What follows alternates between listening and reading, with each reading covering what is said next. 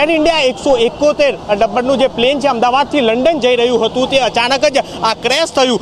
Live દ્રશ્યો છે કે સતત ફાયર વિભાગ દ્વારા અને સાથે જ જે પાણીનો મારો કરી અને આ પ્લેનમાંથી તમામ રેસ્ક્યુ છે તે કરવામાં આવી રહ્યું છે। આ મેઘાણીનગરના આઈજીપી કમ્પાઉન્ડમાં ક્રેશ થયું હતું। પ્લેન 1:38 ટેક ઓફ થયું અને 1:40 વાગે બપોરના આ ક્રેશ થયું। આ પ્લેન બિલ્ડિંગમાં અથડાયું હતું। દ્રશ્યો જોઈ શકાય છે કે જે આ પ્લેનમાં 244થી પણ વધુ પેસેન્જરો હતા। હાલ ફાયર વિભાગ, પોલીસ સહિત તંત્ર જે એનડીઆરએફથી લઈ અને તમામ જે ફોર્સ છે, પેરામિલિટરી ફોર્સથી લઈ અને તમામ લોકો અત્યારે હાલ રેસ્ક્યુમાં જોડાયા છે। સતત જોઈ શકાય છે કે જે આ દ્રશ્યો કે જે ફાયર વિભાગ દ્વારા સતત પાણીનો મારો ચલાવી અને આ પ્લેન ને જે આગ લાગી છે તેને કાબૂમાં લઈ રહ્યા છે। દ્રશ્યો એક વખત જે આ બિલ્ડિંગના બતાવીશ કે જે સિવિલ હોસ્પિટલના જે આ ઘોડા કેમ્પ છે કે ત્યાં પાછળ મેન્ટલ બારીનું આ જે કેમ્પ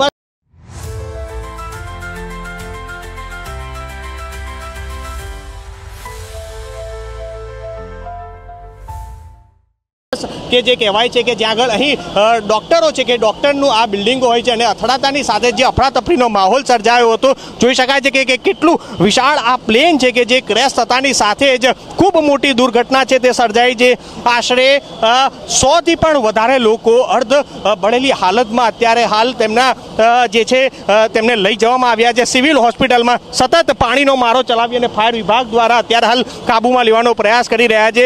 પ્લેન ક્રેશ થવાનું કારણ હજી સ્પષ્ટ નથી થયું, પરંતુ જોઈ શકાય છે કે જે અત્યારે હાલ આ પ્લેન ક્રેશ થતાની સાથે તંત્ર છે કે જે તમામ રેસ્ક્યુમાં જોડાયા છે અને અત્યારે હાલ રાજ્યના પોલીસ વડાથી લઈ અને મુખ્યમંત્રી છે તે પણ થોડીક જ વારમાં અહીં છે તે પહોંચી શકે છે અને તમામ આ તાજ છે કે તે મેળવશે કઈ રીતના આખી સ્થિતિ સર્જાઈ છે। ત્યારે હાલ આ ઘટનાને લઈને સતત રેસ્ક્યુ કામગીરી છે તે ચાલી રહી છે। પ્રશાંત નિલેશ વઘોરા સાથે મિહિર સોની, TV9 અમદાવાદ।